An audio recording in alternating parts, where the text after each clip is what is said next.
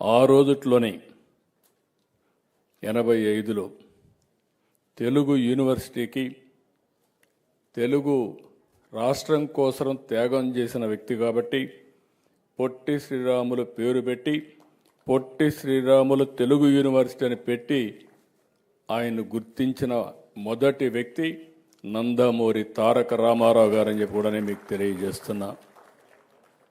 ఆ తర్వాత నేను వచ్చిన తర్వాత మార్చి 10, 2003 ఆ రోజు ఆలోచిస్తే ఆయన పుట్టిన జిల్లా నెల్లూరు జిల్లా. అందుకని నెల్లూరు జిల్లాకి పొట్టి శ్రీరాములు నెల్లూరు జిల్లాగా నామకరణం చేసి గవర్నమెంట్ ఆఫ్ ఇండియాకి పంపించాం. అది 2008లో వాళ్ళు నోటిఫై చేసి పంపించారు. ఈ రెండు కూడా ప్రధానమైన నిర్ణయాలు మనం తీసుకొని మనం ముందుకు పోయే పరిస్థితికి వచ్చాం.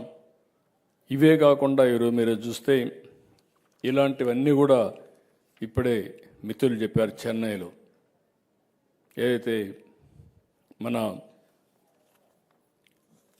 అక్కడ ఉన్నటువంటి భవనం ఆయన ఎక్కడైతే ప్రాణాలు వదిలిపెట్టారో ఆ భవనానికి మళ్ళీ మనం కాపాడుకోవాలని చెప్పి ఇప్పుడే మన కార్పొరేషన్ చైర్మన్ చెప్పాడు.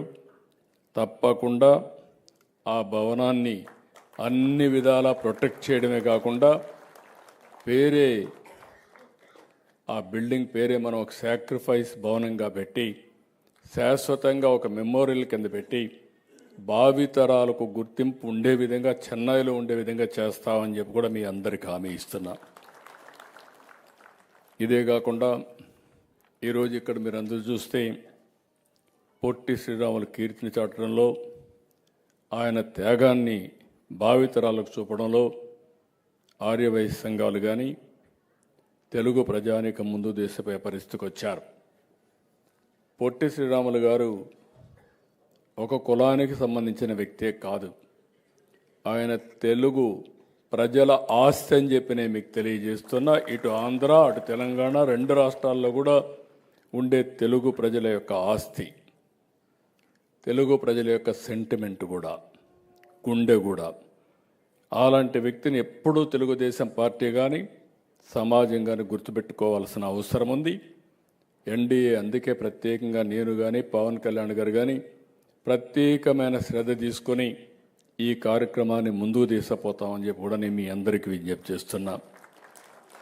ఈరోజు ఇంకొక పక్క ఇక్కడ ఉండేటప్పుడు చూస్తే మా ఆడబిడ్డలు ఆర్యవైశ్యులకు కుల దైవం వాసవి కన్యకా పరమేశ్వరి ఆత్మార్పణ దినాన్ని అధికారికంగా ప్రకటించాం. అది ఎప్పటికప్పుడు చేస్తున్నాం. ఇంకొక పక్కన మీరు చూస్తే అమ్మవారు జన్మించిన పశ్చిమ గోదావరి జిల్లా పెనుగొండ గ్రామం పేరు వాసవి పెనుగొండ అని మార్చడం కూడా జరిగింది. ఎందుకంటే ఈరోజు ఇక్కడ కాదు, దేశంలో ఉండే ఆర్య వయస్సులందరూ కూడా ఎక్కడైతే ఆవిడ జన్మించిందో అది సొంత గ్రామంగా జన్మస్థలంగా మీరందరూ భావిస్తారు. అలాంటి జన్మస్థలానికి వాసవి పెనుగొండ అని పేరితే సబబుగా ఉంటుందనే ఉద్దేశంతోనే అది పెట్టాం. తప్పకుండా ఒక రోజున వాసవి పెనుగొండ ఒక పర్యాటక కేంద్రమే కాకుండా ఒక దివ్య క్షేత్రంగా తయారవుతుందని చెప్పి కూడా నేను మీకు తెలియజేస్తున్నా. ప్రతి ఒక్క ఊర్లో టెంపుల్ కడుతున్నారు. ఆ తల్లి పుట్టిన పెనుగొండలో బ్రహ్మాండమైన టెంపుల్ కట్టి దేశంలో ఉండే ఆర్య వయస్సులే కాకుండా ప్రతి ఒక్కరూ వచ్చి తల్లి అనుగ్రహం పొందే విధంగా చేయాల్సిందిగా కూడా మీ అందరికీ విజ్ఞప్తి చేస్తున్నా. చేస్తారని చెప్పి ఆశిస్తున్నా. ఇంకొక పక్కన ఆర్య వయస్సుల విన్నపం మేరకు కొంతమంది సర్టిఫికెట్లన్నీ రకరకాలుగా ఇచ్చేవాళ్ళు. గుప్తా అని, శెట్టి అని, వైశ్య అని, కోమటి అని ఇలాంటి పేర్లు ఇస్తూ ఉంటే కాదు, అందరికీ ఒకటే ఇస్తే బాగుంటుంది. ఆర్య వయస్య పేరుతో ఇమ్మంటే తొందరలోనే దీన్ని కూడా తీసుకొచ్చి ఆ గౌరవాన్ని కూడా కాపాడతామని చెప్పి కూడా నేను మీకు తెలియజేస్తున్నా. నాకు ఎప్పుడూ ఒక నమ్మకం, అందరికంటే ఆర్య వయస్సులు మీరు చూస్తే 10 రూపాయలు సంపాదిస్తే 2 రూపాయలు దాన ధర్మాలకు ఖర్చు పెడతారు.